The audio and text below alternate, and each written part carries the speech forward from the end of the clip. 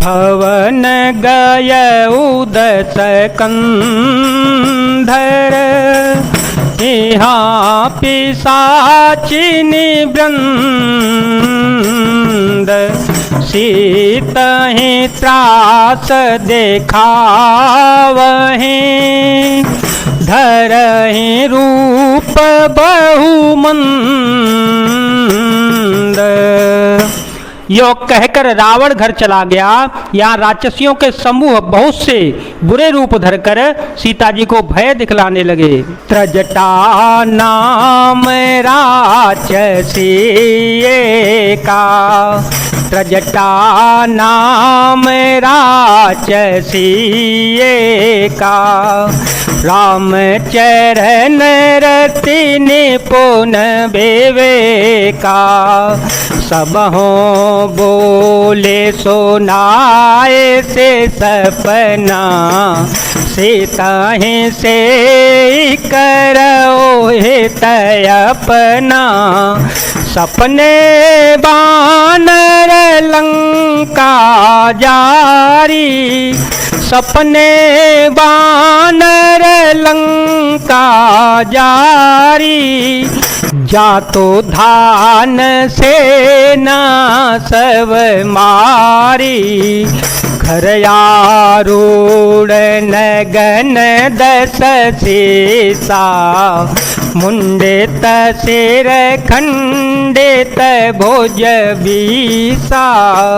उनमें एक त्रजटा नाम का राक्षसी थी। उसकी श्री रामचंद्र जी के चरणों में प्रीति थी और वह विवेक ज्ञान में निपुण थी। उसने सबों को बुलाकर अपना स्वप्न सुनाया और कहा, सीता जी की सेवा करके अपना कल्याण कर लो। स्वप्न में मैंने देखा था कि एक बंदर ने लंका को जला डाला, राक्षसों की सारी सेना मार डाली गई। रावण नंगा है और गधे पर सवार है, उसके सिर मुड़े हुए हैं, 20 भुजाएं कटी हुई हैं। एह विधि सो दक्षिण देशे जाई, एह विधि सो दक्षिण देशे जाई, लंका मन हो विभीषण पाए, नगर फेरे रघुबीर दोहाए, तब प्रभु सीता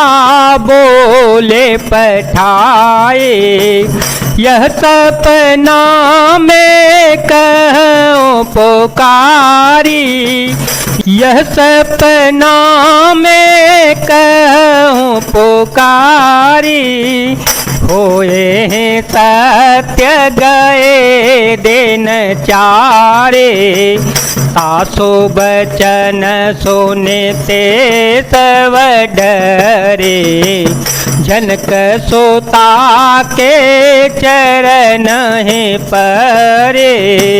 इस प्रकार से वह दक्षिण यमपुरी की दिशा को जा रहा है और मानो लंका विभीषण ने पाई है।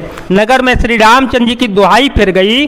तब प्रभु ने सीता जी को बुला भेजा। मैं पुकार कर निश्चय के साथ कहती हूँ कि यह स्वप्न 4 कुछ ही दिनों के बाद सत्य होकर रहेगा। उसके वचन सुनकर वे सब राक्षसियां डर गईं और जानकी जी के चरणों में गिर पड़ी। जहाँ तहाँ गई सकल तव, सीता कर मन सोच, मास दिवस बीते मोहे, मारे से चर पोच।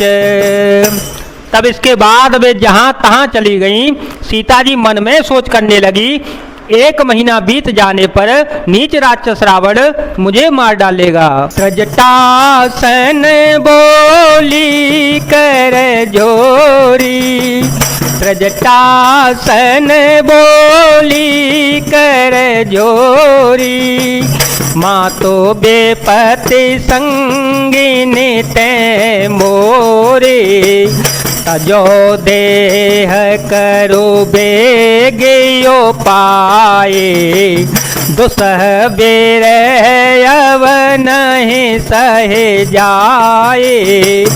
आन काठर चूचितावनाई, मातो अनल पुण्य दे लगाए।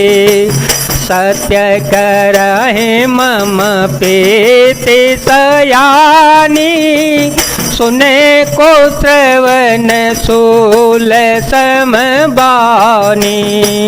माता सीता जी हाथ जोड़कर त्रिजटा से बोली, हे माता, तू मेरी विपत्ति की संगिनी है, जल्द ही कोई ऐसा उपाय कर ले जिससे मैं शरीर छोड़ सकूं। विरह असहाय हो चला है, अब यह सहा नहीं जाता। काठ लाकर चिता बनाकर सजा दे हे माता, फिर उसमें आग लगा दे।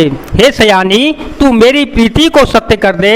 रावण की सूल के समान दुख देने वाली वाणी कानों से कौन सुने।